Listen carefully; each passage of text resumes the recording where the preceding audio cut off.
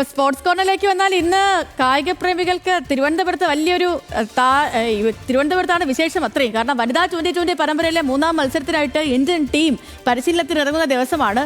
ശ്രീലങ്കൻ ടീമിന്റെ ഇന്നത്തെ പരിശീലനം പൂർത്തിയായിട്ടുണ്ട്. നാളെ രാത്രി 7 മണിക്കാണ് മൂന്നാം 2020 പോരാട്ടം. കിലാഫ് അഹമ്മദാണ് വിവരങ്ങളുമായി നമുക്കിപ്പം ചേരുന്നത്. കിലാഫെ, ഇനി മത്സരത്തിനായുള്ള ഒരുക്കങ്ങളാണ്, തയ്യാറെടുപ്പാണ്, വിവരങ്ങൾ എങ്ങനെ? സേതു, നമുക്കറിയാവുന്നത് പോലെ തന്നെ ലോക ചാമ്പ്യന്മാരെ കേരളത്തിലെത്തുന്നു. ആ ഒരു ആവേശം തന്നെയാണ് ഇന്ന് ക്രിക്കറ്റ് ലോകത്ത് കേരളത്തിലെ ക്രിക്കറ്റ് ആരാധകരെ സംബന്ധിച്ചിട്ട് ഏറ്റവും വലിയ വിശേഷം. ഇന്ന് 7 മണിക്കാണ് ഇന്ത്യൻ ടീമിന്റെ പരിശീലനം ക്രമീകരിച്ചിരിക്കുന്നത്. ഇതിൽ നമ്മൾ എടുത്തു പറയേണ്ടത് സ്മൃതി മന്ദാന അടക്കമുള്ള താരങ്ങളാണ്. ലോകകപ്പ് ജേതാക്കളായ ഭൂരിഭാഗം താരങ്ങളും ഈ കേരളത്തിൽ എത്തിയിട്ടുണ്ട്. അവരുടെ ക്രിസ്മസ് ആഘോഷത്തിന്റെ ഫോട്ടോകളും ഇപ്പോൾ ചർച്ചയാണ്.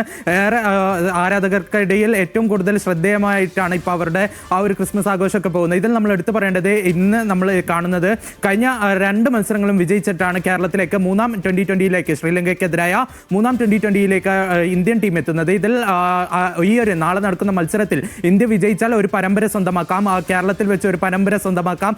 ആ ഒരു പ്രതീക്ഷയിലാണ് ക്രിക്കറ്റ് ആരാധകരെ സംബന്ധിച്ചാലും. എന്തായാലും ഇന്ന് ശ്രീലങ്കയുടെ പരിശീലനം നേരത്തെ തന്നെ പൂർത്തിയായിരുന്നു. 2 മണി മുതൽ 5 മണി വരെയായിരുന്നു ശ്രീലങ്കയുടെ പരിശീലനം ക്രമീകരിച്ചിരിക്കുന്നത്. ഇപ്പോൾ ഇന്ത്യൻ ടീം ഈ ഒരു തിരുവനന്തപുരത്തെ കാര്യവട്ടം ഗ്രീൻഫീൽഡ് സ്റ്റേഡിയത്തിൽ എത്തിയിരിക്കുകയാണ്. സേതു. ഓക്കെ കിലാഫെ, ശരി. ഇപ്പോൾ കിലാഫാണ് വിവരങ്ങൾ നൽകിയത്. നമുക്ക് മറ്റ്